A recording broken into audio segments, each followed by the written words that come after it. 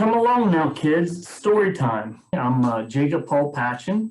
I'm a local author, and I just had my 5th and 6th book published in February this year. The first book of my children's picture book series. It's called Words That Matter. This one is titled Family. There's 10 books in the series, and each book is about a different word, a concept, and I tried to explain what that means through a story within the story. So there's a story within the story in each book. My intention with this series was I have some nieces and nephews, and I always noticed we're always explaining different words that they might not understand, and it was kind of an idea of, how can we create kind of this teaching tool that parents might be able to use to try to, teach some of these big concept words to their children, or at least give them a place to start. Who can tell me what a family is? Ooh, I know. Silly Goose had his wing waving wildly in the air. Go ahead, Grandpa encouraged. Silly Goose looked around the room nervously. Family is the sofa, the lamp, the rug, the coffee table. Oh, silly goose, Grandma laughed. The first one is family.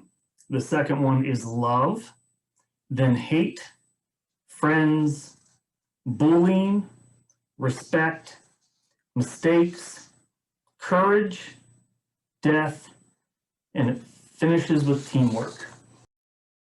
They have this art squad that they put together, elementary kids, and they are the ones that are illustrating the children's book series.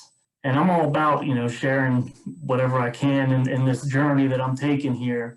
And we decided to let the kids illustrate the book, and it's amazing work that they did. I couldn't be happier, and I look forward to the next one that they're doing. This book is actually a upper middle grade fiction novel, kind of intended for 12, 13, 14-year-olds. And this one is my second actual fiction novel, and it revolves around a boy who's kind of sheltered in a way, and he wakes up to find that there's a war going on around him, and he has to hide in his father's bomb shelter until he decides that it's time to come out and do something about this war going on. It had been nearly 2 long years since the war started. Somehow, call it fate or dumb luck, I was still alive. Or at least as alive as a 13-year-old kid could be in this new parentless world of burning towns and early morning machine gun fire. Now, instead of worrying about how to talk to girls or failing geometry, I was leading a group of grimy teens and scared children to take back our country from the clutch of war. It's kind of funny because I'm a local guy. I went to Meadowbrook. I grew up around Byesville, Cambridge area. And I kind of grew up in a country setting where I played Army in the Woods on a daily basis. And I remember playing with my brothers and my cousins and friends. And I used to have this kind of fantasy, for lack of a better word, I guess, that we would have to defend our homeland from some sort of enemy. And I would play this out in my head as a kid, like, what would I do if this happened? Where would I go? How would I defend, this hill or my house? And that's kind of where the idea for this came from, because as a kid, I hated to read. Which is odd, but I'd rather be outside. I'd rather have been, playing sports or doing something other than reading.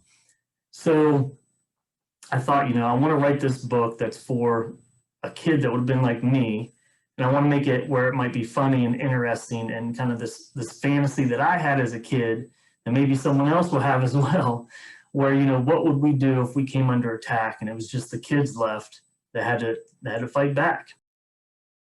I've had my first fiction book won 3 awards at Daddy's Hands. It's a young adult fiction novel about sexual abuse and the courage to stand up to it. And I'm speaking with agents right now about the most recent book I wrote, and I literally just yesterday started a new book. So I always tell people writing comes from experience, in my opinion. And I think the more you experience, the more you'll be able to relate to and write about, or, you know, think about, talk about. So I think for kids, you know, having that imagination and being able to explore, you know, I guess the depths of that imagination is a great way to start as a writer, because that's where your inspiration comes from. That's where your stories come from. So I think I had a journal that I remember writing in like third grade or something. We had to write for like 5 minutes each class period. I remember writing about like dragons and, you know, whatever, dinosaurs and things like that. And I think